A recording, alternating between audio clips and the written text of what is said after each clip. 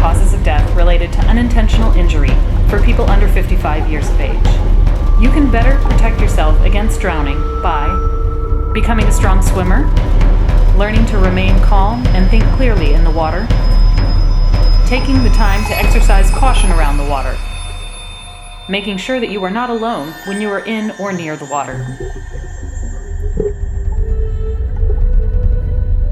Drowning can happen silently and quickly, sometimes in as little as 20 seconds.